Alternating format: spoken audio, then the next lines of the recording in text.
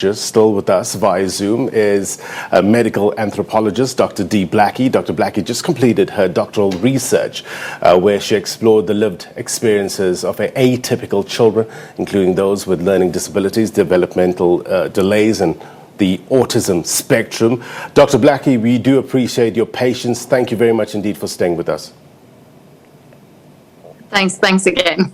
All right, let's just define a few terms that we might have heard but not necessarily understood.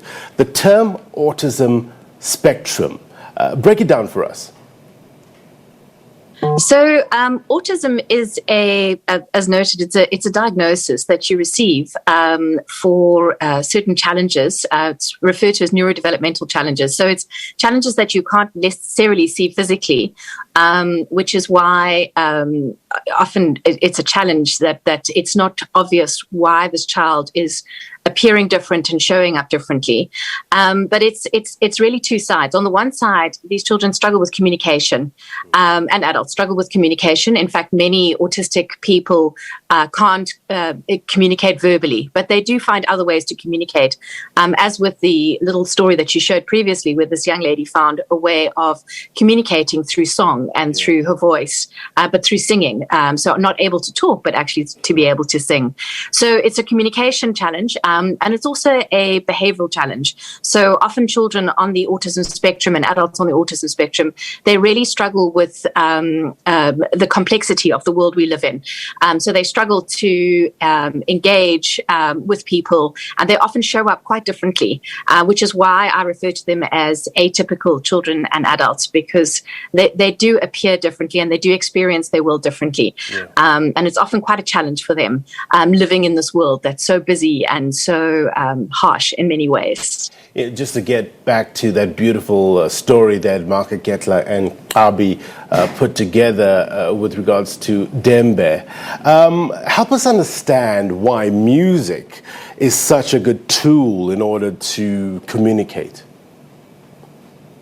So, as I mentioned previously, the world is felt to be very harsh by children and adults who are autistic.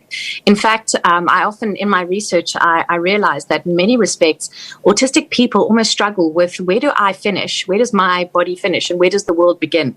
So especially when you're feeling quite traumatized, it often feels like you're spilling out into the world, or that the world is in fact invading you.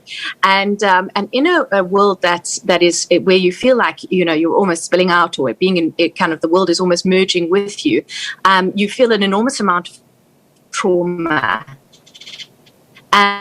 And as a result, children on the spectrum often feel quite closed into themselves. They are quite shut in.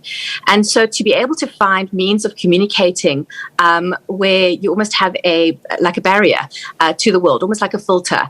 And obviously this young lady has found the filter of song as a means of communicating.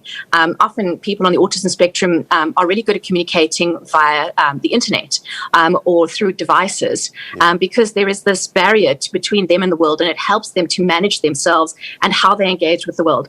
And song is another way. I guess acting is another way as well, where you can almost put yourself into another character. But these children and adults often really struggle just with face-to-face communication. They find it extremely challenging. It's often very overwhelming from a sensory point of view. Yeah. And that's why they often look for other ways to connect and to engage. Autism is a condition that manifests during early childhood, irrespective of gender, of race, or socio-economic status. Can early screening and timely intervention improve a child's overall development?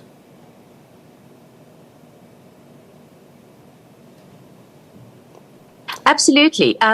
Normally signs of autism and those sorts of challenges show up anywhere between 18 months and sort of two to 2.5 years. Parents notice that their children are less inclined to cuddle with them,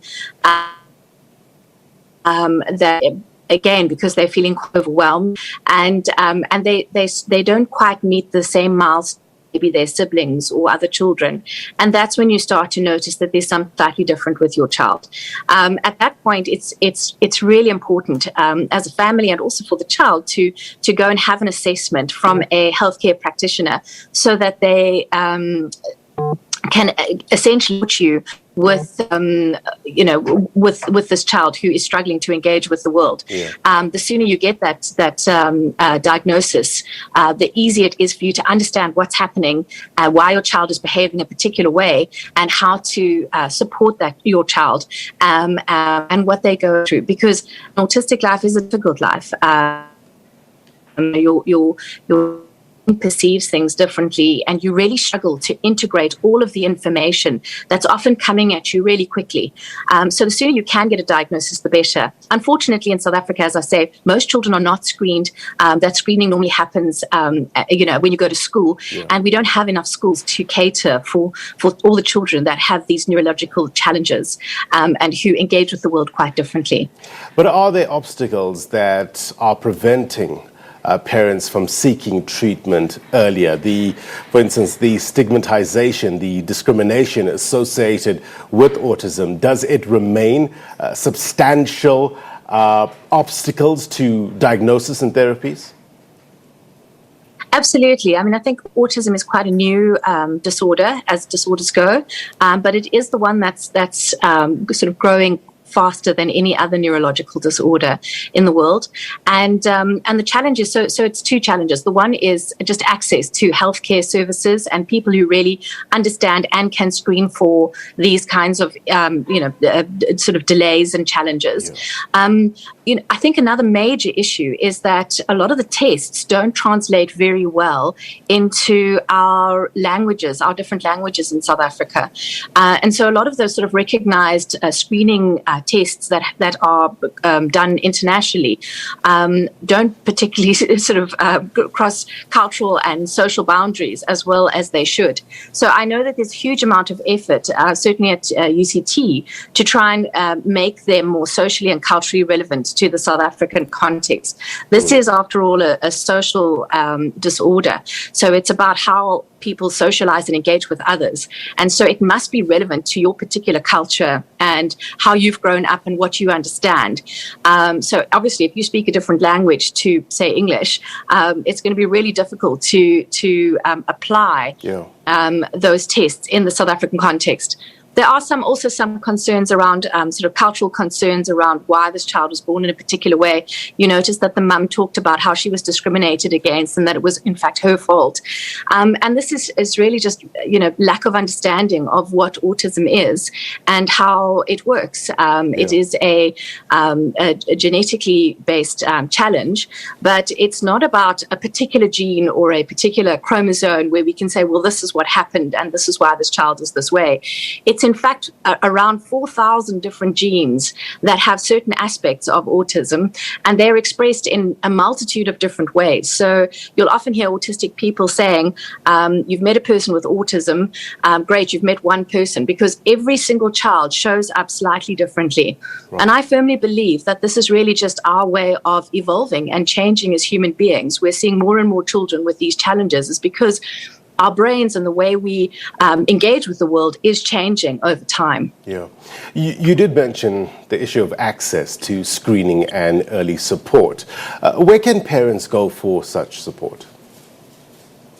I think most of your major hospitals will have some understanding of, what autism is and how to screen for it.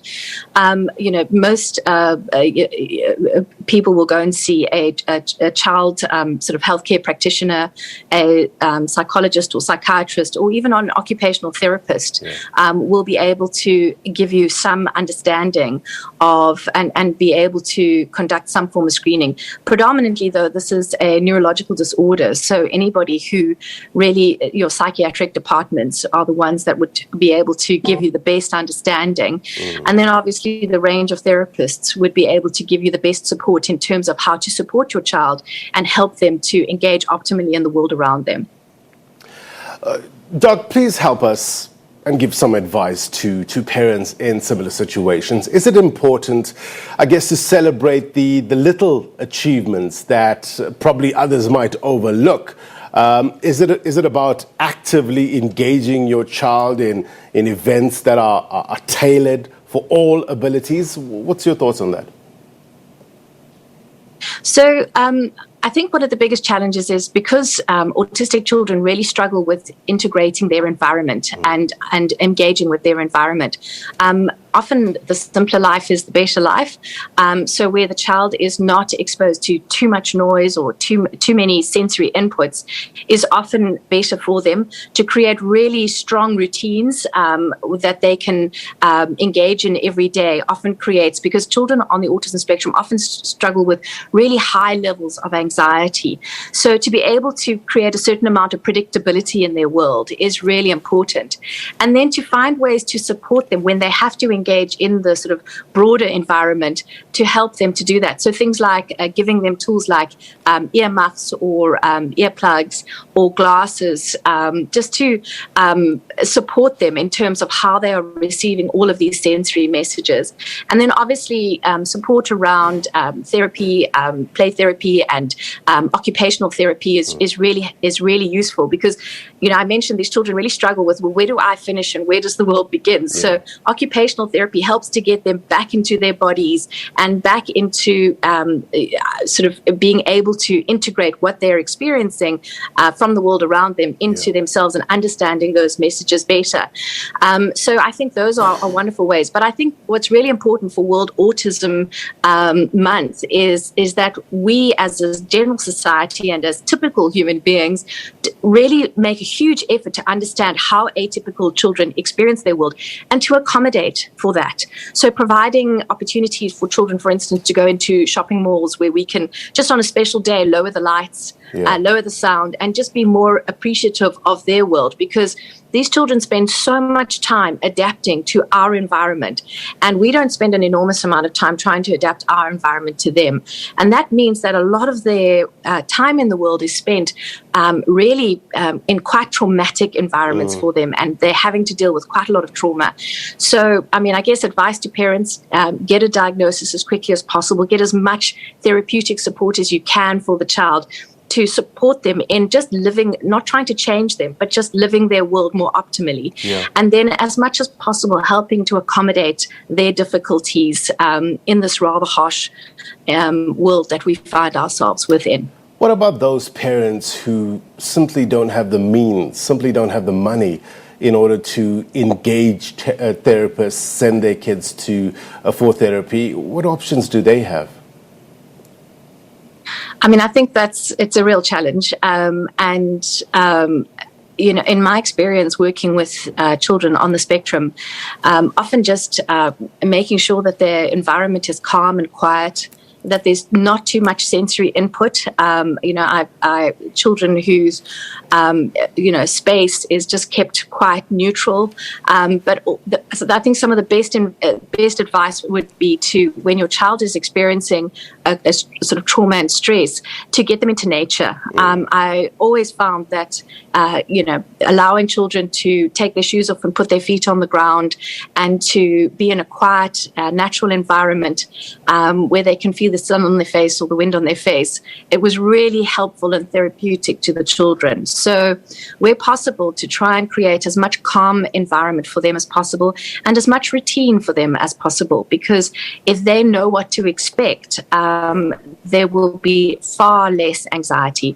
And then most importantly, to reach out, to build communities, to find other parents and children who are struggling with these challenges and to support each other. There are a number of online communities where you can, ask me, I'm autistic, the various sort of social media platforms where autistic people have given off their time to share what it's like to be autistic and to give advice to parents and to adults and children who are experiencing autism or who are autistic, and help them to cope with their world. Yeah.